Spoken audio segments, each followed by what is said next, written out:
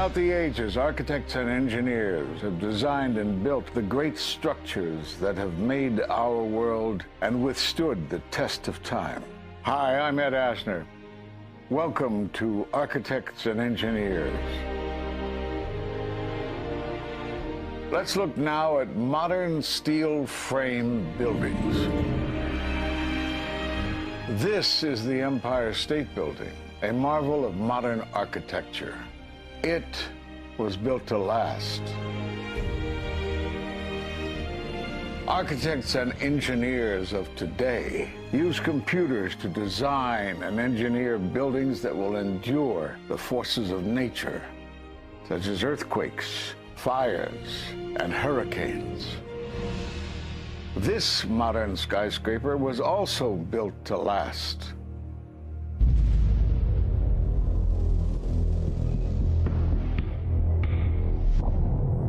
We've seen buildings completely destroyed like this before, but only when done intentionally.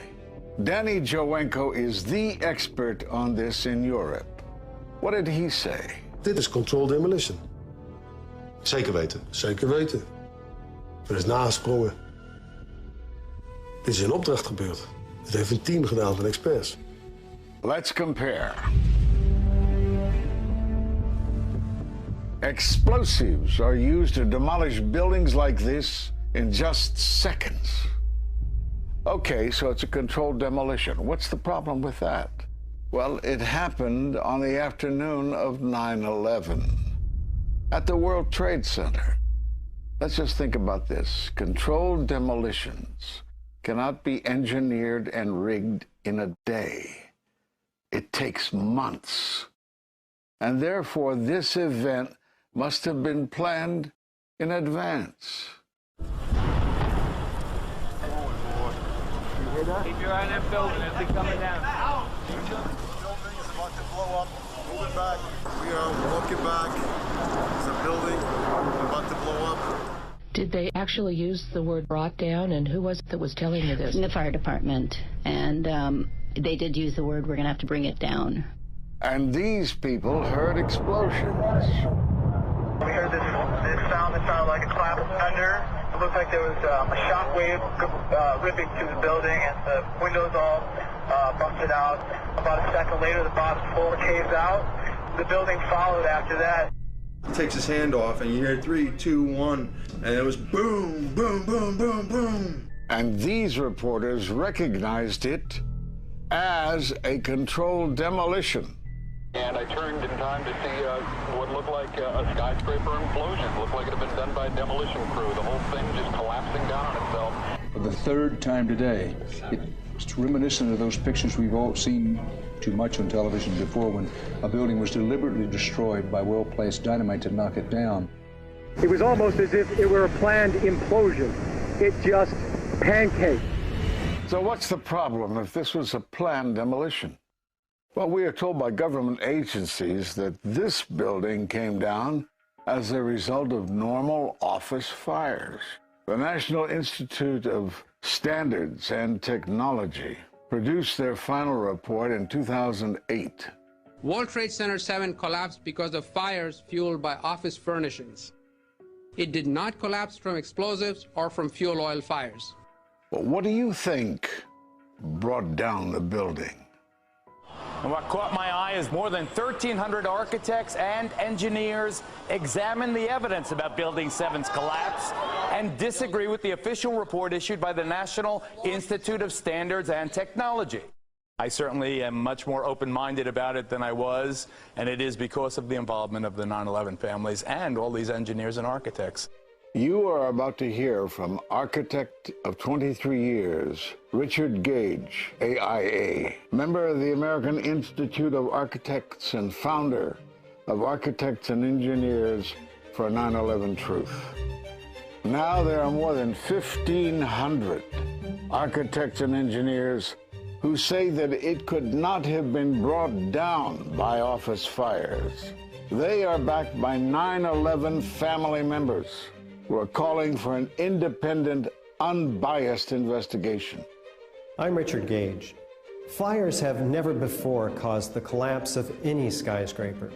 even though there are numerous examples of much hotter, larger, and longer-lasting fires in these buildings.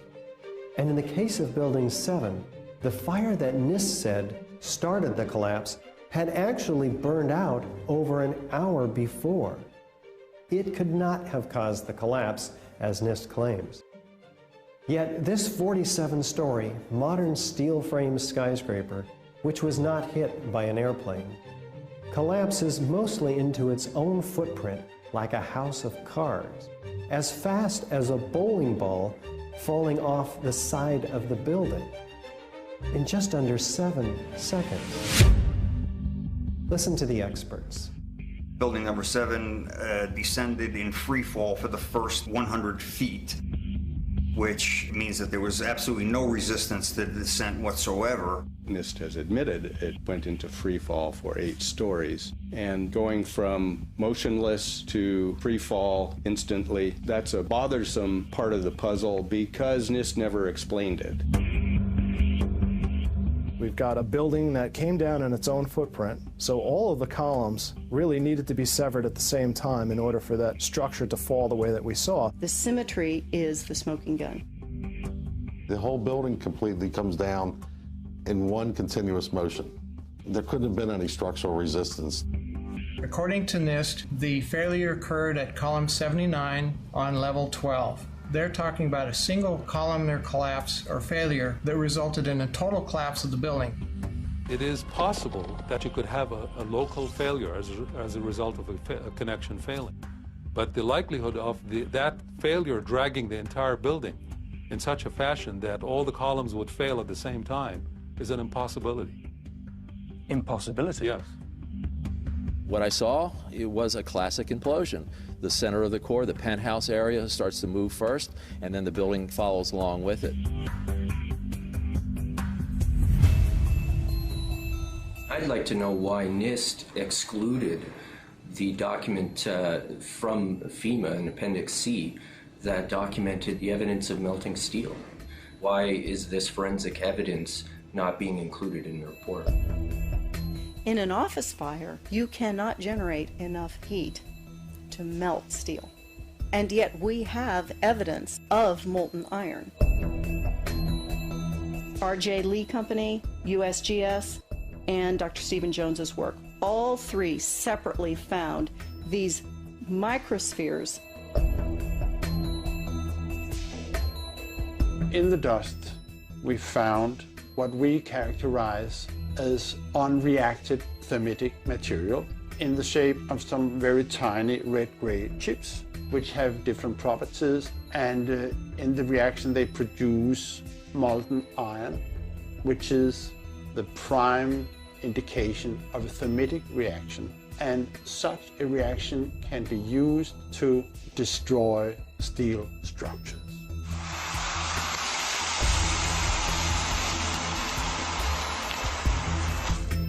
What we have found is a modern version of thermite, which we call nanothermite. There were these iron microspheres present in all of the dust samples that needed to have been formed in extremely high temperatures. I've independently seen thermitic activity within 2 separate independent samples of World Trade Center dust. My contention, based on finding thermite residue in the dust, is that it happened before. It didn't happen after in the fires that ensued in the rubble pile afterwards. All the characteristics of the microspheres tell me that thermite was involved in melting those steel beams. So thermite, if it was present at the World Trade Center and created this molten metal that so many witnesses and photographic evidence shows, would also explain the fact that the fires could not be put out at Ground Zero. The only thing that is consistent with all of the evidence that we have that could cause such a thing is the use of thermite to cut through the steel. You'd get down below and you'd see molten steel running down the channel rails, like you're in a foundry. Yeah. Like lava. Like it was lava. On a volcano. Well, the manual gets into thermite, and if it says if you have melted steel or concrete, which we had on 9/11. We should test for it. It's this fused element of steel, molten steel and concrete and all of these things all fused by the heat into one single element. We're asking for an investigation that follows national standards. There's no excuse to not test for this. If terrorists used explosives in '93, why didn't we test for them? If all these witnesses heard explosions, why aren't we testing for them? NIST concedes that they found no evidence for explosives. So then we asked them, well, did you look? And they said, no, we did not look for explosives or residues of explosives. So the preconceived notion of NIST is that there's no evidence for explosives, and so there's no point in looking. That is the most unscientific thing that you can possibly think of, not to look because you don't expect to find evidence, and in fact the evidence is overwhelming. They state these conclusions for which there's virtually no evidence, and then they ignore conclusions that can be drawn from the evidence. The Freedom of Information Act request to NIST was denied with the claim that releasing this data might jeopardize public safety. How could it possibly jeopardize public safety? The destruction of evidence was a criminal act in itself. It was already being carted away and destroyed when the FEMA investigators got there about a month after September 11th. You can't do science when you are deprived of the evidence and when your hypothesis is the least valid instead of the most likely. When the most likely hypothesis in the case of Building 7 wasn't even mentioned. This is not science. The scientific forensic evidence, ignored by NIST, but carefully reviewed by teams of technical professionals, corroborates the hypothesis of explosive controlled demolition.